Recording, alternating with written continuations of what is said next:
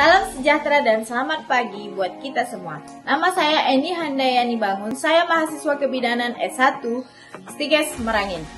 Pada kali ini saya akan membahas tentang CA cervix atau kanker rahim. CA cervix adalah kanker yang tumbuh pada sel-sel di leher rahim.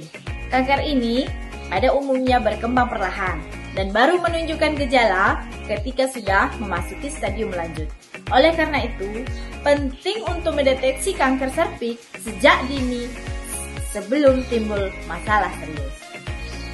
Serviks atau leher rahim adalah bagian rahim yang terhubung ke vagina. Kanker serviks atau kanker rahim adalah salah satu jenis kanker yang paling sering terjadi pada wanita. Di Indonesia, kanker serviks menempati peringkat kedua setelah kanker payudara.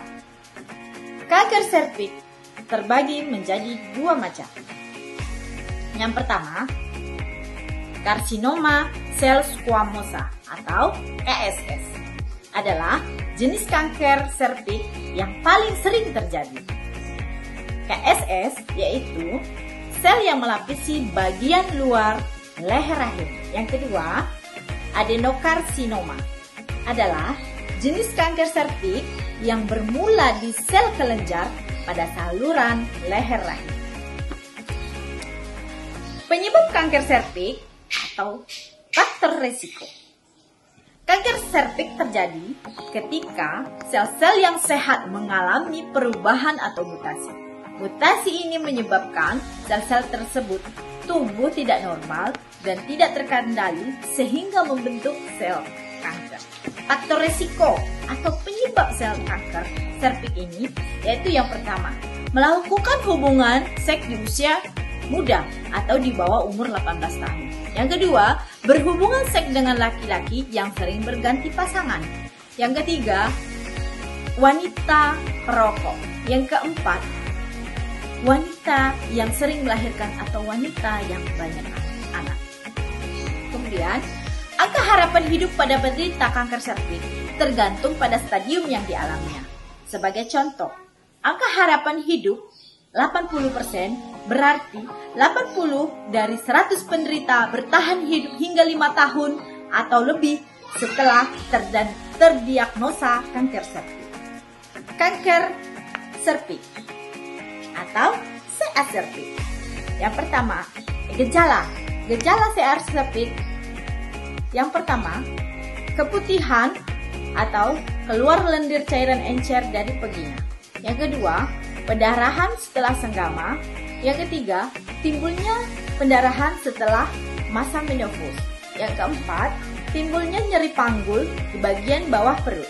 Yang kelima, pada stadium lanjut, badan menjadi kurus karena kurang gizi, odem pada kaki, timbul iritasi kandung kencing. Inilah gejala CA cervix atau kanker serviks.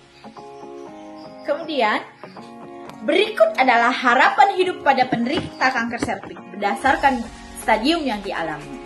Stadium pertama, stadium yang baru pertama terdeteksi, yaitu 80-93% berharap untuk sehat atau bertahan hidup. Stadium kedua, 58-63% berharap untuk sehat dan bertahan hidup. Stadium ketiga, 32-35% berharap untuk sehat dan bertahan hidup. Stadium 4 atau stadium akhir, yaitu kurang dari 16% berharap untuk sehat dan bertahan hidup. Kemudian, pengobatan dan pencegahan kanker serviks. Pengobatan kanker serviks tergantung pada stadium kanker yang dialami pasien dan kondisi kesehatannya. Tindakan yang dilakukan dokter sering meliputi seperti kemoterapi, radioterapi, bedah, atau kombinasi dari ketiganya.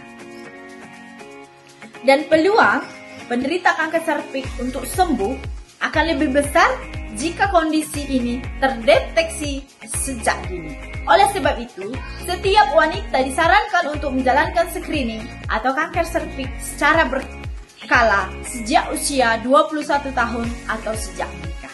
Demikianlah yang bisa saya sampaikan tentang CA cervix atau kanker serviks. Semoga kita selalu dalam keadaan sehat. Terima kasih.